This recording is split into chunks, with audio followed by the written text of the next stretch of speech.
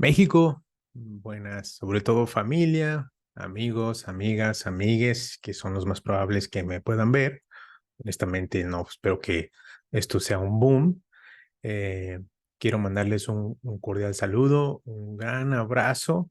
Me encantaría que se tomaran un tiempito y pudieran ver esto que hice para ustedes, que hice para mí también, ciertamente. Es algo que tengo pensado ya por un tiempo, queriéndolo hacer.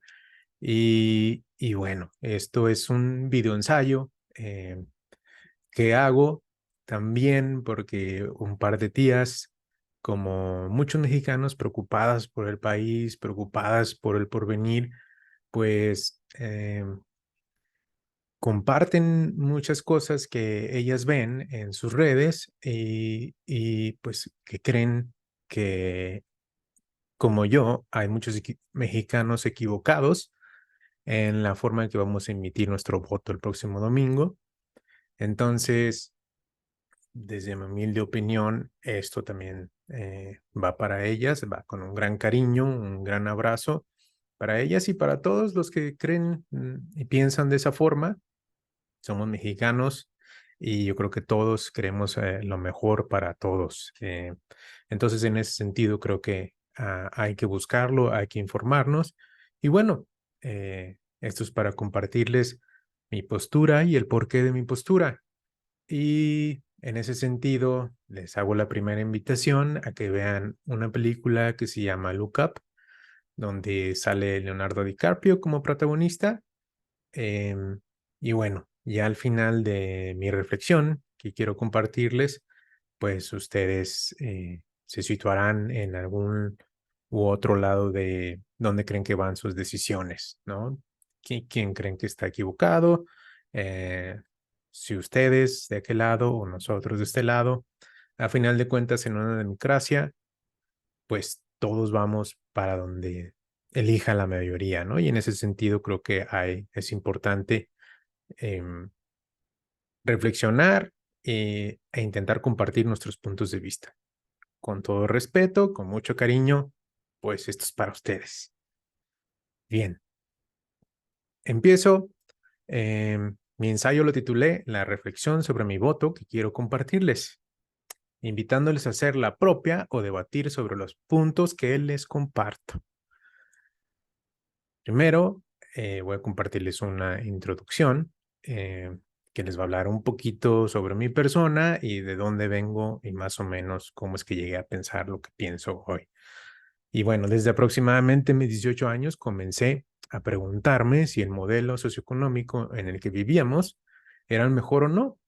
Y desde entonces tuve mayor interés por los asuntos políticos y tenía la impresión de que el modelo neoliberal no era el mejor, aunque como muchos mexicanos que no prestamos mucha atención a esos asuntos, estaba muy ilusionado con la llegada del cambio de rumbo que se suponía iba a tener el país con el triunfo de Vicente Fox y el destierro de las víboras y tepocatas y todo lo que decía en el 2000, ¿no?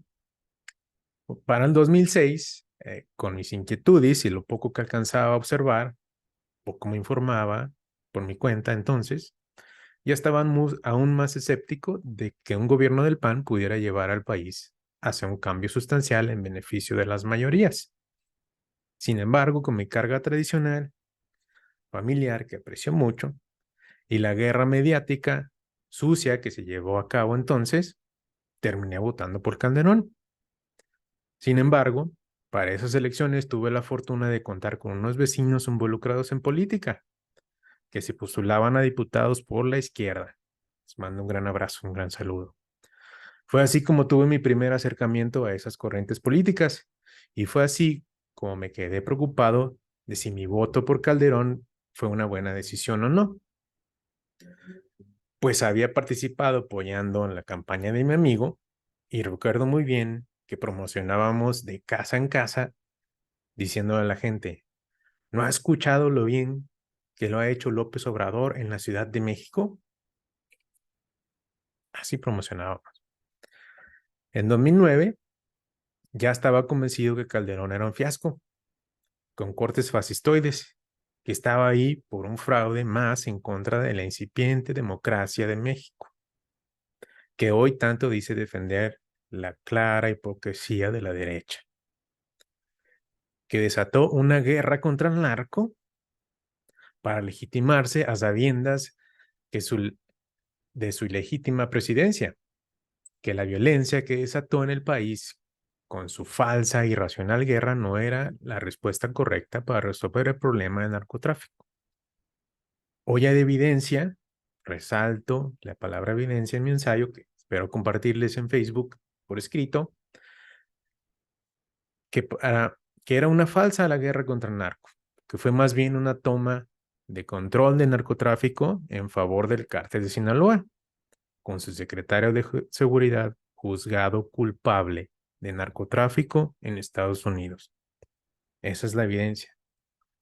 Un juicio donde se determinó que su secretario de la defensa, el mandamás, era culpable y estuvo en favor del cártel de Sinaloa. Eso es evidencia. ¿Ok? En 2012, la evidencia que el PAN y el PRI buscaban los mismos intereses de privilegios para unos pocos fue descarada. Por un lado, el abandono de la candidata del PAN, Josefina Vázquez Mota, por el aparato del PAN. Su maquinaria, incluyendo el expresidente Vicente Fox, se dedicaron a matraquear a Peña Nieto, mostrando también su profundo machismo, característico en mucho mayor medida de la derecha y del pensamiento conservador, hay que decirlo, permitiendo el hoy conocido fraude del dinero de Odebrecht para la campaña de Peña Nieto, que derivó en la compra masiva de votos, y la telenovela de la candidatura de Peña Nieto, para impedir nuevamente la llegada de la izquierda en un fraude más sofisticado, pero no menos burdo, que otra vez nos permite ver la hipocresía de los hoy. Eso no se toca, y somos muy demócratas. Pero consolidaron varios fraudes. Me parece innecesario dedicarle un párrafo más al desprestigio del sexenio de Peña Nieto. Solo reparo en la evidencia del permanente PRIAN, donde podemos constatar que ni Vicente Fox ni Felipe Calderón criticaron siquiera la administración de agua a niños con cáncer, en lugar de medicinas, para desviar ese dinero a la pandilla de Javier Duarte, Javidú, en Veracruz, de la misma estirpe que ellos, que se creen los únicos merecedores de la abundancia. Pero en el sexenio de Andrés Manuel, donde se han tocado sus intereses de esas y otras estirpes similares, han sido de los defensores del pueblo, más vocales y con mayúscula. Bueno, vamos a ver qué tanto fue así. Bueno, llegados a este punto, quiero empezar mi comparación de la primera administración de la izquierda en México después de décadas contra las inmediatas anteriores de la derecha en décadas. ¿Ok? Bien. Para esto, primero, creo que lo que más debe importarnos a quienes votamos y somos afectados por las decisiones de los políticos, de cualquier ideología o sin ella, no son las alianzas o los acuerdos que hacen entre ellos para repartirse cargos legales, por más repulsivo que esto pueda resultarnos, y no que esto no deba ser tomado en cuenta. Creo que sí, pero creo que lo más importante son las políticas que logran concretar para la comunidad que dicen representar y en ese sentido analizar qué diferencias existen, si es que existen o no entre ellos. Ponderando esto último como principal punto de decisión, emitir nuestro voto. Así es como lo hice yo y los invito, cada quien, por supuesto, somos libres de hacer el análisis que queramos. Y bueno, para eso tengo aquí una ranita de mi hija, ¿verdad? Que es una balanza. No se me ocurrió otra forma gráfica de hacer este análisis. Y bueno, son los recursos que tengo, pues, igual, para que resulte un poco lúdico aquí el tema. Entonces, eh, centrar mi análisis en exponer por qué me parece que el gobierno de izquierda que llegó en 2018 a gobernar el país es muy distinto a los gobiernos que sucedieron por lo menos 30 años previos, comparando importantes puntos, dando puntos positivos a la izquierda o a la derecha, dependiendo de la evidencia a mi alcance en cada punto. Por supuesto, la evidencia que yo tengo al alcance, ¿no? Puede estar sesgada, pero bueno, ojalá ustedes busquen su propia evidencia. Entonces, voy a exponerle puntitos. Aquí está, pues cada puntito pesa lo mismo. Vamos a comparar. Tengo un puntito izquierda, un puntito derecha, pesa lo mismo, ¿no? Entonces, bueno, vamos a dar puntos positivos dependiendo de lo que yo analicé y para dónde creo que me voy a inclinar. Ojalá ustedes hagan algo similar en la invitación el día de hoy. Bien, comenzando por los derechos de la clase trabajadora. Con los gobiernos de la derecha, el salario mínimo de la clase trabajadora nunca subió más allá del 20%. En términos reales, en 30 años perdió su poder adquisitivo 80%. ¡Pum! Con el gobierno de la izquierda se rompió ese paradigma, impuesto por los más privilegiados, que nunca han sido impactados por el valor del salario mínimo, y les cuesta ser empáticos con ello. Que si subía mucho el salario mínimo, la inflación se dispararía y se perderían empleos y una catástrofe. Y el salario mínimo subió 182% con este gobierno. En 4 de los 6 años, al menos 20% subía, aumentando su poder adquisitivo 117%. Y ahí les tengo la referencia de dónde estoy sacando esto, no solamente yo diciendo, ¿no? Bueno, entonces aquí, pues, punto para la izquierda. Con los gobiernos de la derecha se promovió la subcontratación que sustraía derechos como la generación de antigüedad en puestos de trabajo. En 30 años proliferó el número de empresas que lucraban a costa de sustraer esos derechos a los trabajadores y empresas que utilizaban esos servicios para no darle todos los derechos a sus trabajadores y prescindir de sus servicios sin ninguna consecuencia, incluso después de décadas de servicio. Con el gobierno de izquierda se ha regulado la subcontratación y ahí les tengo la cita. Punto para la izquierda, ¿no? Con los gobiernos de la derecha, los trabajadores que lograban estar debidamente contratados gozaban solo de 6 días de vacaciones al año. 1, 2, 3, 4, 5, 6, una semanita. Trabajas un año, descansas una. Sí, cómo no, eso debe ser justo. Bien, en su primer año de trabajo y de ahí pues subían 2 días hasta llegar al quinto, donde en el quinto cada 5 años se subían 2 más, ¿no? Con el gobierno de la izquierda ese derecho aumentó en 100% el primer año, pasando a 12 días en el primer año y a partir de ahí subir 2 días cada año hasta el quinto y ahí aumentar 2 cada vez, representando un aumento promedio del 46% en beneficio de vacaciones para los trabajadores de todas las antigüedades con la reforma de vacaciones dignas. Yo soy trabajador, ¿no? Otro punto para la izquierda. La evidencia de la respuesta de Xochitl a la pregunta expresa sobre bajar la jornada laboral de 48 a 40 horas en el segundo debate presidencial, donde dijo: apoyemos a los empresarios y van a ser los primeros que van a querer bajar la jornada laboral. Sí, Xochitl, como lo hemos visto en 30 años. Lo que me parece que desnuda por completo de qué lado está la derecha y su discurso falso de apoyar a las mayorías a través de darle más a las minorías privilegiadas. Pues con décadas de neoliberalismo, que defiende esa posición, los trabajadores solo perdieron derechos. Y México produjo a varios hombres más ricos del mundo en ese tiempo y alrededor de 1,700 más pobres cada día. Ahí les tengo el dato. Y eso es nada más mencionar, pues, no es punto para nadie, es simplemente una reflexión de cuál es la derecha, para dónde camina. La evidencia con la puesta en escena del tema de pensiones.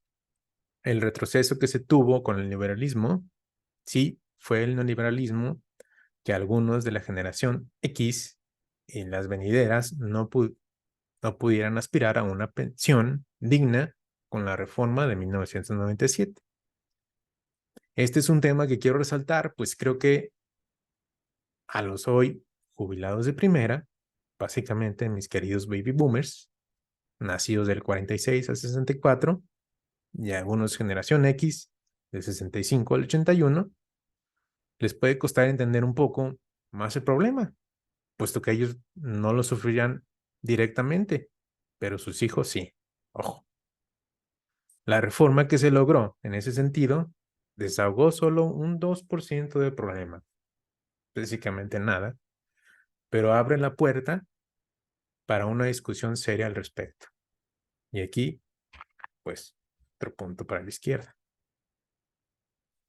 En los derechos para las mujeres, otro grupo de trabajadores que la derecha había ignorado son trabajadores del hogar, que en su mayoría son mujeres. Con el gobierno de izquierda se logró reformar la ley del Instituto Mexicano del Seguro Social para incluir la definición de la protección y beneficios de las personas trabajadoras del hogar y establecer las obligaciones de los empleadores. Con esa reforma, para el 2022 ya había 49,000 personas aseguradas, o sea, más o menos lo de un pueblo. Según el INEGI, hay alrededor de 2.5 millones de trabajadores del hogar que por ley deberían estar aseguradas.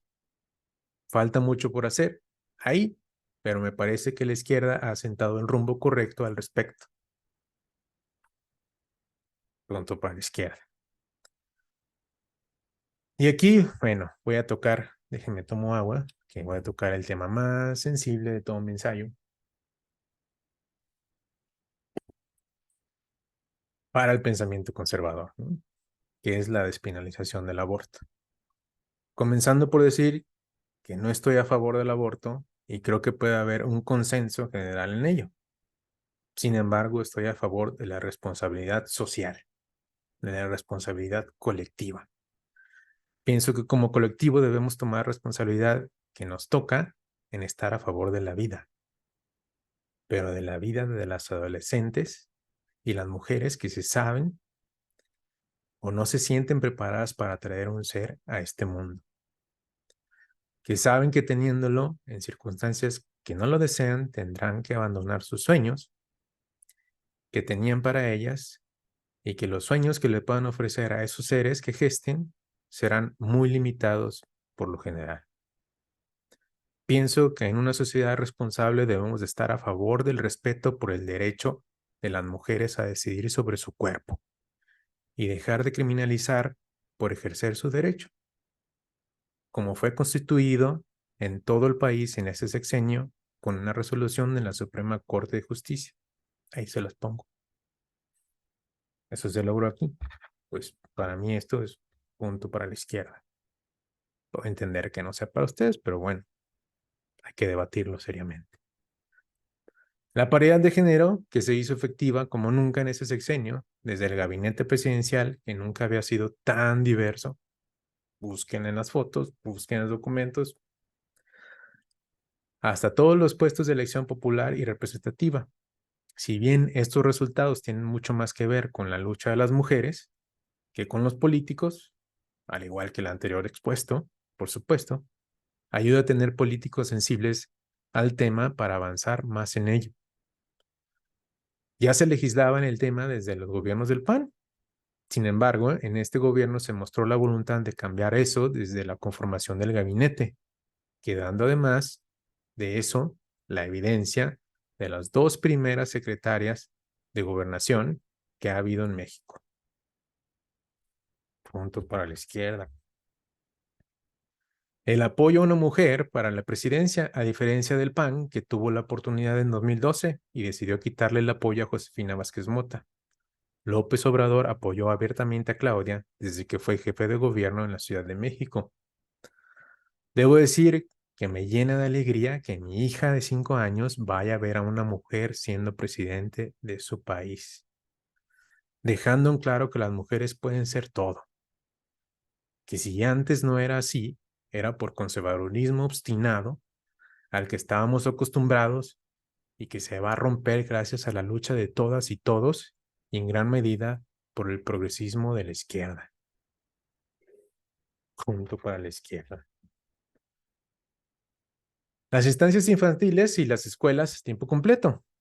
Aquí me parece que hay un punto para la derecha, aunque me falta investigarlo ciertamente. De bote pronto suena que le quitaron facilidades principalmente a las mujeres, que en su mayoría aún son quienes se encargan de los cuidados de los menores, aunque se argumentó que dieron esos recursos a las familias, que de cualquier forma también llevaban a cabo esos cuidados sin remuneración, y que muchas de esas instancias no cumplían con los estándares de seguridad y cuidados necesarios, y que sigue habiendo las instancias de las instituciones públicas como el IMSS o el ISSSTE.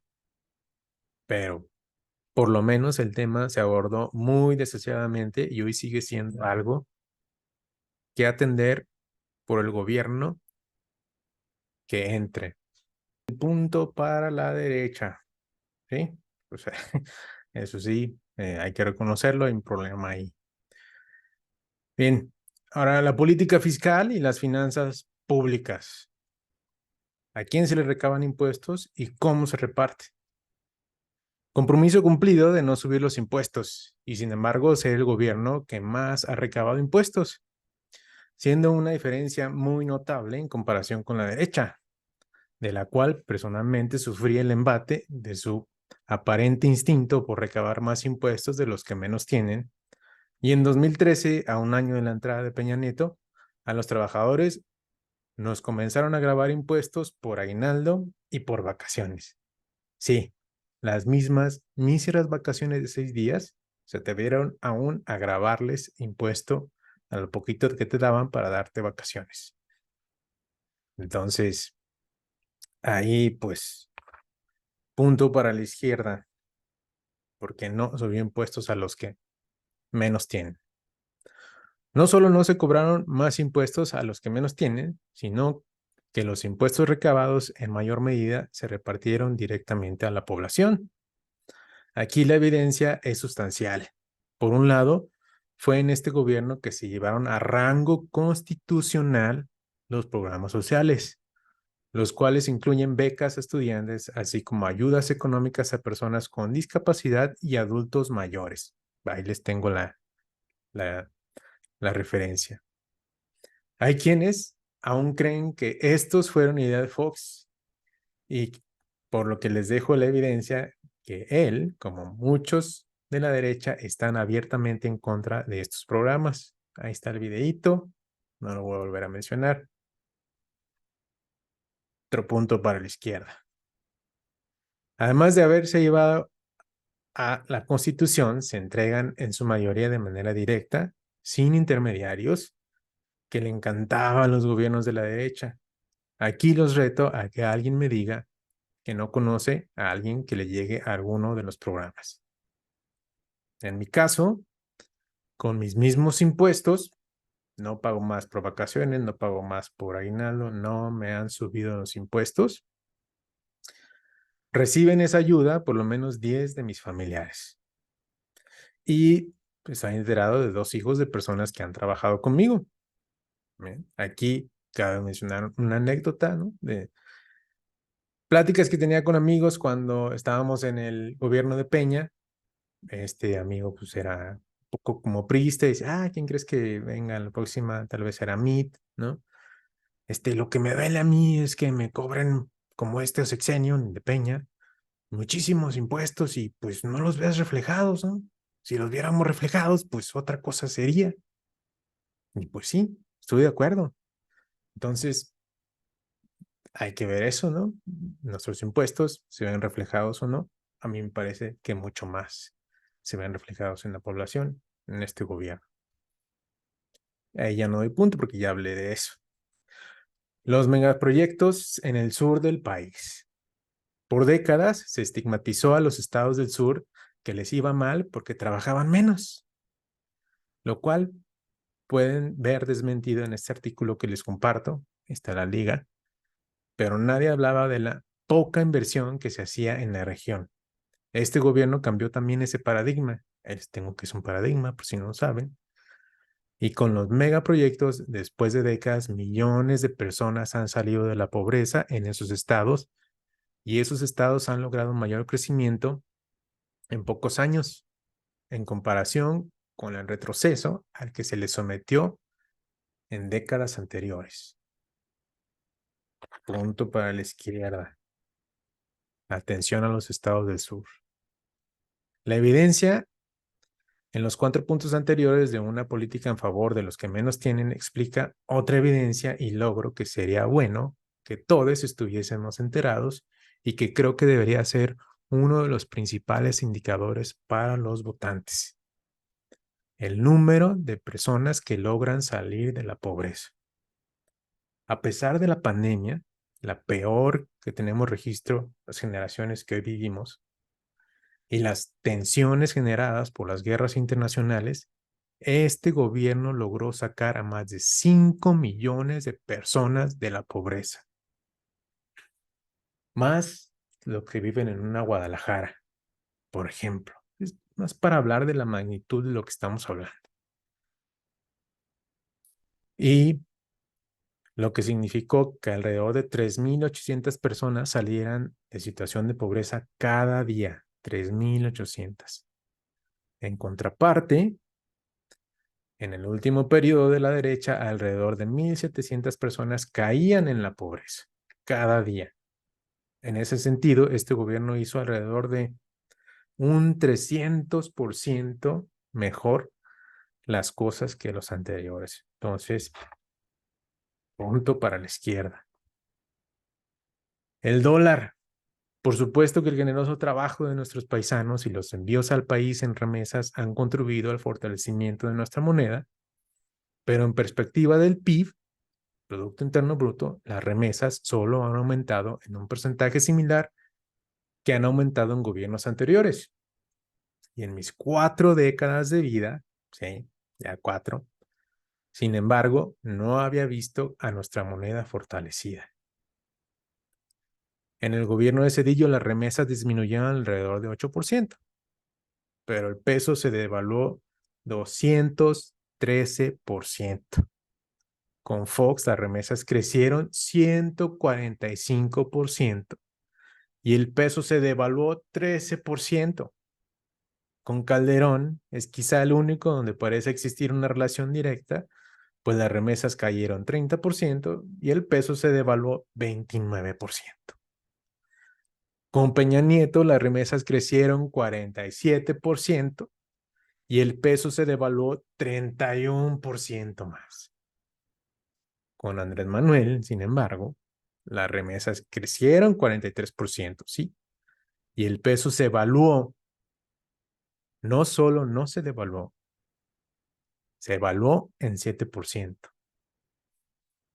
En suma, si atendemos a la única variable a la que muchos quieren atribuir la fortaleza del peso el día de hoy, con los gobiernos de la derecha las remesas crecieron alrededor de 130% y el peso se devaluó 500%, lo que podríamos traducir en alrededor de un desempeño de 1,000% mejor del gobierno de la izquierda en ese sentido. Y ahí les tengo mis referencias.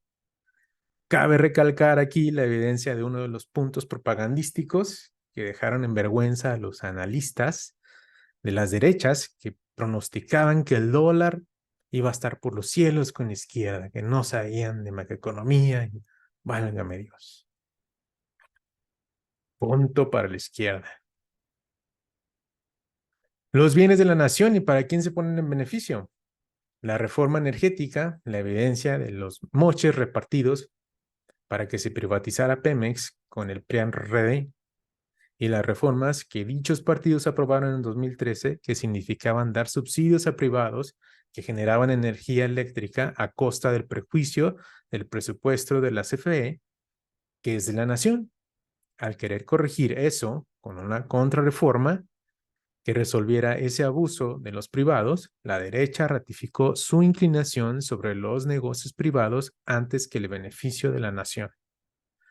Aquí cabe recordar que más de 1,156 empresas estatales que privatizó la lógica neoliberal seguida por todos los gobiernos de la derecha desde el 82. El desfalco a Pemex, documentado por el animal político a través de la estafa maestra, por lo menos de 3.433 millones de pesos, de 7.670 millones entregados por contratos ilegales con empresas fantasma. Hay punto para la izquierda que promueve las empresas estatales para el pueblo. En la contrarreforma también se buscaba asegurar que el litio no se convirtiera en otra mina para las arcas privadas, pero la oposición votó en contra. Se logró asegurar con leyes secundarias que no necesitaban la mayoría calificada. Otro punto para la izquierda, hay que quedarnos con nuestro litio. Es evidente el problema que hoy tenemos con el agua y la falta de regulación que hay al respecto. Pero ante la evidencia de la lógica privatizadora de la derecha, me parece que corremos más riesgos de quedarnos sin acceso al agua con los gobiernos de la derecha. Y aquí punto para ninguno, honestamente, pues la izquierda ha hecho muy poco o nada al respecto y hoy hay privados beneficiándose del agua, lo que me parece muy preocupante. Ni uno ni otro, hay que vigilar ese tema en el próximo sexenio. La salud. Otro paradigma roto fue el gran logro de la izquierda justo a su llegada con el etiquetado frontal, el cual se aprobó incluso antes de que supiéramos de la pandemia de COVID-19 en octubre de 2019. Pues para nadie era una noticia que en México padecíamos ya una pandemia por obesidad, sin que los gobiernos de derecha se hubiesen atrevido a llevar tales medidas, pues según ellos y su lógica del capital antes que los humanos, eso perjudicaría a las empresas de alimentos y traería pérdidas de empleos y la atención a este tema por décadas dejó la pandemia de la obesidad, diabetes e hipertensión, que aunada a la pandemia mucho menos prevenible de COVID-19, dejó la tragedia que fuimos testigos en 2020 y 2021. Hoy el 64% de la población utiliza el etiquetado frontal de alimentos y bebidas no alcohólicas como guía de consumo. Alrededor del 50% de los adultos y 40% de jóvenes mexicanos reportan disminución de compra de productos chatarra debido al etiquetado y quienes utilizan el etiquetado al realizar sus compras consumen menos bebidas azucaradas y más agua. Un estudio publicado en una revista científica, ahí se los dejo, estimó que en 5 años este etiquetado podría lograr una reducción de 1.3 millones de casos de obesidad y ahorro de hasta 1.800 millones de dólares en salud. Les dejo la referencia. Puntísimo para la izquierda. Etiquetado frontal, ni Obama. Las medicinas. Aquí el gobierno de izquierda hizo un muy mal trabajo al querer ordenar el abuso de medicinas que se compraban a precios escandalosos y en lugar de solucionar el problema con una estrategia que no implicara el desabasto, se hizo de tajo, ocasionando un gran problema para muchas familias.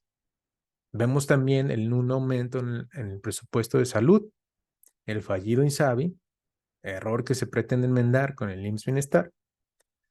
Aquí en retrospectiva hay una percepción que el Seguro Popular de Calderón, continuado por Peña, eran mejores, por lo que le doy punto a la derecha.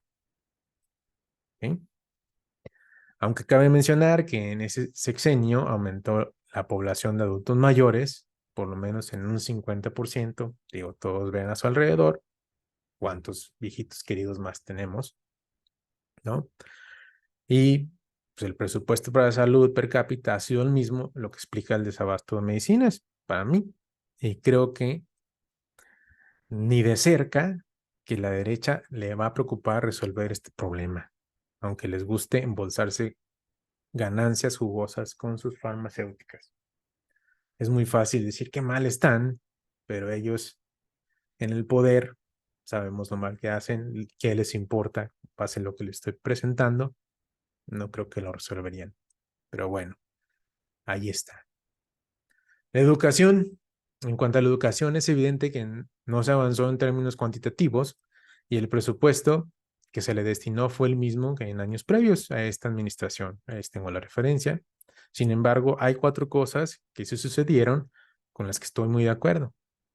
Uno, dejar de castigar a los docentes. Se acabó la reforma laboral de Peña Nieto. Era muy injusto poner a los docentes ante tal estrés. Recuerdo a alguien muy querida que prefirió renunciar ante la situación. Que punto para la izquierda. Sin embargo, hay una corriente de la 4T que pretende dejar de evaluar en cualquier sentido al sistema educativo. Eso me parece un error, pues lo que no se mide difícilmente se mejora. Entonces aquí, pues punto para la derecha. Y hay que procurar que se evalúe la educación. La evidente inclinación a seguir fortaleciendo la educación pública, las universidades para el bienestar son prueba de ello, donde además se prioriza la educación en salud para solucionar el problema de insuficiencia en personal médico que padece el país por el abandono de este tema por parte de la derecha. Punto para la izquierda. Las becas para estudiantes que se elevaron a rango constitucional y se dan a todos por igual. Aquí he escuchado a varios que no están de acuerdo con esto. Les recomiendo leer a Carlos Monsiváis en su libro Entrada Libre. Quizá logren empatizar un poco con la situación de muchísimos estudiantes y ver cómo esto era necesario. Punto para la izquierda. Cambiar el enfoque educativo desde temprana edad, donde se hable más de nuestra responsabilidad civil como entes sociales y se le dé menos importancia a solo producir para tener. Ser mejores ciudadanos pasa por aprender formas más sensibles de lo que somos como sociedad y cuáles deberían ser nuestras prioridades. El colectivo.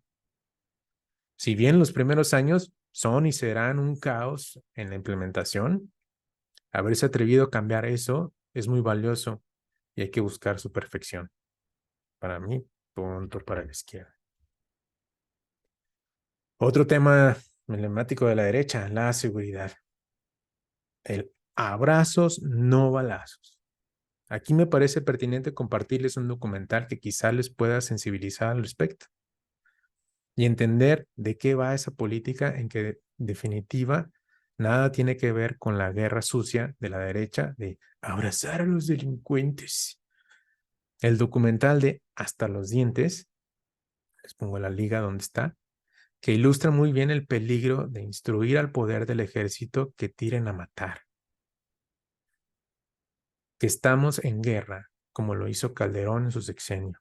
El documental da evidencia de cómo el ejército mata a 2 estudiantes en plenas instalaciones universitarias del TEC de Monterrey, mismos que el gobierno, sin escrúpulos de Calderón, que consideraba aceptable tener víctimas por daños colaterales, hizo todo para pintarlos como jóvenes que se dedicaban al crimen organizado. El documental da cuenta de esa vileza a la que lleva la guerra. Peor aún, una guerra que era totalmente una estrategia destinada al fracaso, sin ninguna justificación racional. Ese documental me parece imperdible para ser conscientes del gran error y la gran tragedia que nos dejó la derecha de Calderón. ¿Y por qué no deberíamos optar nunca por la violencia? A partir de la guerra de Calderón, que terminó en apoyo armado al cártel de Sinaloa, como dio evidencia el juicio de García Luna, su secretario de Seguridad, este país no volvió a ser el mismo. Antes de Calderón, cuando se podía visitar a nuestros pueblos felizmente, los homicidios anuales rondaban en los 10,000 por año. Al terminar el sexenio de Calderón, los homicidios por año ya tenían 3 años de haber multiplicado su número, dejando al país alrededor de 160% más violencia, con 26,000 homicidios por año, de 8 a 26. Es increíble cómo se reprueba en el sexenio de Calderón con esto, cómo eso cambió al país. Si no creen que de ahí viene el problema, pues no sé qué evidencia más necesitan. Con Peña, que en la mayoría podemos coincidir, su gobierno tuvo la consigna de robar del presupuesto, no hubo siquiera la intención de cambiar la estrategia. El país se violentó en un 60% más. Los homicidios pasaron de 26,000 a 37,000 al año.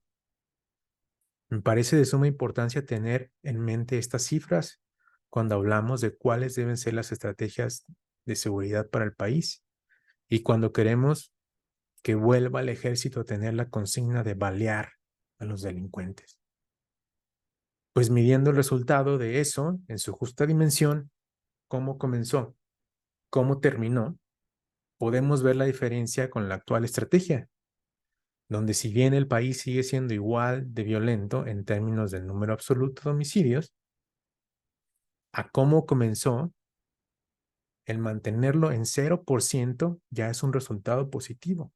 Y no solo sucedió eso, sino que empezamos a ver una tendencia a la baja alrededor de 15 puntos, con un último dato registrado de 30,000 homicidios en 2023. Ahí les dejo la referencia, punto para la izquierda, por supuesto. Bueno, me preocupa la militarización, sin duda. En ese sentido, las declaraciones de la candidata Claudia a favor de tener un mando civil en la Guardia Nacional y su cercanía con el cuestionado García Harfuch, pero no así el que se le den otras tareas al ejército como la construcción de megaobras, pues creo que es mejor tener a esa disciplina aplicada en dichas tareas y que es mejor que se invierta en esa institución que en principio es para y sirve a México en lugar de tenerlo solo para la guerra y que se otorguen todas esas grandes obras a empresarios que inflarán precios y harán todo lo posible para lucrar más con el dinero público. La transparencia y la comunicación con el pueblo. Gasto en publicidad gubernamental. El gasto que hizo Peña Nieto y Felipe Calderón para comprar medios y así opiniones positivas para sus desastres fue, por su parte, en el gobierno de Calderón de 21,000 millones de pesos, alrededor del 70% más que su antecesor Fox. Ahí les tengo la nota. Lo de Peña evidenció el arreglo con las televisoras que ayudaron a ponerlo ahí desde su campaña, con el gasto criminal de 52,000 millones de pesos. Casi 150% más que Calderón, quien ya hacía un despilfarro en ese rubro. AMLO terminará su sexenio cumpliendo su compromiso de gastar 50% menos en publicidad, sobrado, llegando alrededor de la cantidad que Fox gastó en su rubro. Para ponerlo en perspectiva, la línea 3 del tren ligero en Guadalajara costó 31,000 millones de pesos. Con el despilfarro mayor que hizo Peña respecto a Calderón, se pudo haber construido otra línea del tren ligero. Las becas educativas en 2024 costarán 103,000 millones de pesos. Con el despilfarro extra de Calderón y Peña, se puede en su lugar cubrir alrededor del 50% de esas becas. Híjole, ya se me acabaron los puntos. A ver. Bien. Entonces, otro punto más para la izquierda. ¿Cómo no? Los embates del presidente contra el INAI, el Instituto de la Transparencia, me parecen un atentado contra la transparencia, que fue de los pocos grandes logros de los recientes gobiernos de la derecha. Punto para la izquierda. Perdón, la derecha. Ya otra vez. Por otro lado, el canal de comunicación constante con el pueblo que llevó a cabo AMLO, aunque pueda o no gustarnos el formato, sea muy perfectible y esté hecho muy a modo, me parece una evidencia de la vocación de servicio del presidente. Muy pocas personas son capaces de hacer tal proeza. De hecho, no hay otro mandatario en el mundo que lo haga. Y es probable que ninguno, ninguna más lo vuelva a hacer, pero sienta un precedente muy importante de cómo mantener informado al pueblo de las acciones que toma el gobierno a bajo costo y de un poder para contrarrestar la propaganda engañosa y vender la propia, claro, engañosa, ¿sí? de los intereses económicos que manejan sus propias narrativas en sus medios de comunicación según les convenga. Punto para la izquierda con las mañaneras. La cultura e ideología que se promueve, el neoliberalismo individualista contra el humanismo mexicano.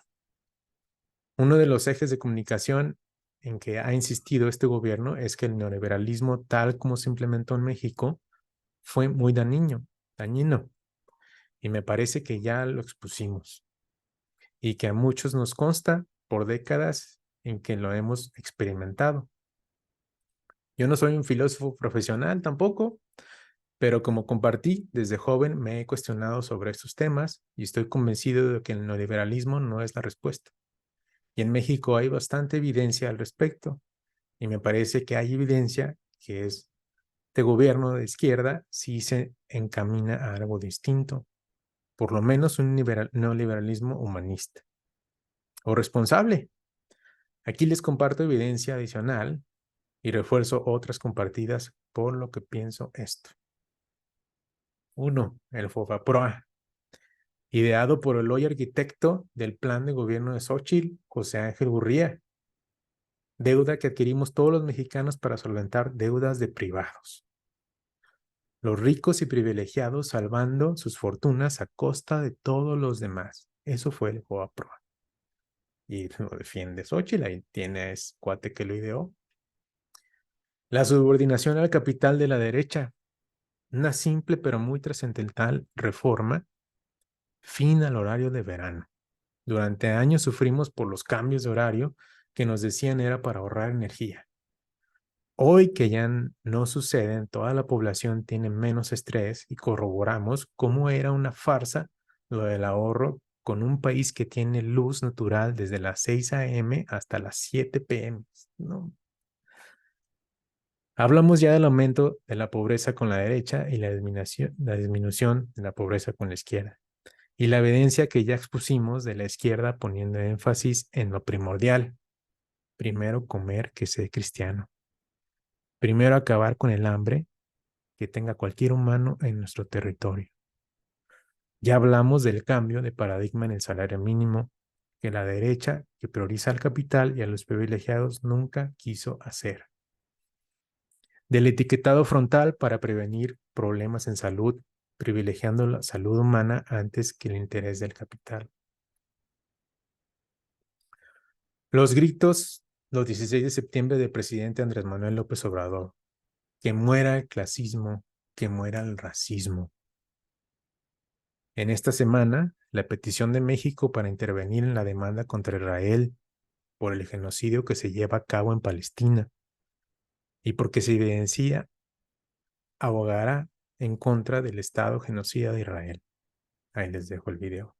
Dejando así ver las fuertes convicciones por el humanismo y no por la rendición al capital como lo hizo Milei en Argentina.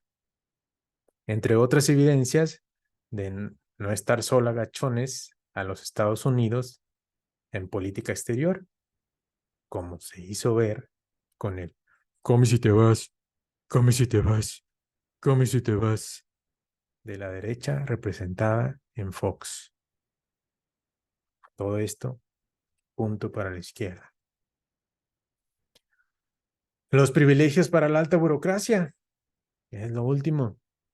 Los sueldos de la alta burocracia y la pensión a expresidentes que entrando la izquierda al gobierno legisló, pero que la Suprema Corte invalidó y pudo llevarse a cabo hasta 2020, se insistió, con la nueva ley de remuneraciones, donde se establece, entre otras cosas, que ningún funcionario federal puede ganar más que el presidente de la República e incluye una fórmula para determinar a partir de un cálculo que incluye la figura del PIB per cápita, el salario del presidente y reafirma la prohibición de pensiones para los expresidentes y otros altos funcionarios públicos. Se entiende aquí las vociferaciones de Fox. Que otros trabajen. ¿Y yo por qué? Punto para la izquierda. Lo que escuchábamos antes de los diputados y senadores es que solo aprobaban aumentos para ellos, privilegios más para ellos. Recuerdo esas conversaciones en la universidad y cómo abogábamos porque terminara eso, que eso era un gran problema para el país. se abordó y se está solucionando en este problema, en este periodo. El avión presidencial, un símbolo de distanciamiento de los gobernantes de la derecha con el pueblo. Fue compromiso venderlo y se logró, sentando otro precedente de lo que no debemos permitir, que unos cuantos que dicen representarnos vivan como reyes, mientras millones a los que representan tienen hambre. Punto para la izquierda. Y bueno, hasta aquí mi superanálisis. Seguro no llegaron hasta aquí, pero bueno, si llegaron hasta aquí, les tengo algo más amable, más digerible que mi voz, que mis ideas, que son cancioncitas que me mueven a mí también en mi pensamiento y que les comparto por si quieren escuchar. Voy a intentar dejarlo en mi Facebook con el escrito, mi ensayo escrito. Eh, Algunas canciones que me mueven a mí, la película que les recomendé, el documental de Hasta los Dientes y algunas sugerencias de a quién seguir, ¿no? Porque creo que hoy no se puede decir vives abajo de una piedra, sino podemos hacer una analogía de vives en tu celular, ¿no? Y en tu celular hay un algoritmo que te va dando lo que tú vas siguiendo, entonces puedes solamente ir por una línea y perder visión de otras cosas que suceden. Igual me puede pasar a mí, entonces, bueno, que yo les sugiero que sigan a un analista muy serio para mí, que sí es de izquierda, pero es muy crítico, Julio Hernández Astillero. Es una inspiración para mí. Viridiana Ríos, que fue un descubrimiento que hice este sexenio, muy valiosa, muy valioso su análisis, muy documentado, centrado. Jorge Cepeda Patterson, Hernán Gómez y Carmen Aristegui, es más de la derecha, pero es una periodista seria. Todos los que quieran, pero bueno, yo les recomiendo estos. Eh, Ahí también les dejo, ¿por qué no?, el videíto de todo lo que lee el presidente Andrés Manuel López Obrador, para ver si ustedes creen que leen más que él y le siguen llamando ignorante. Si algo que es no es un ignorante, es un presidente leído que sí. Me da mucho gusto que haya llegado ahí y me da mucho gusto esos logros. Me preocupan muchas cosas que dejó abiertas y que inclinó hacia lados que no estoy de acuerdo, pero como vieron, en la mayoría sí. Entonces, mi voto, por supuesto, va todo para la izquierda, con los riesgos que ello implique, pero pues, del otro lado no hay nada. Muchas gracias y espero no ofenderles y espero que reciban mi abrazo, mi cariño en esto que hago para ustedes y para mí, sí, claro. Buen día, hasta luego y feliz elección.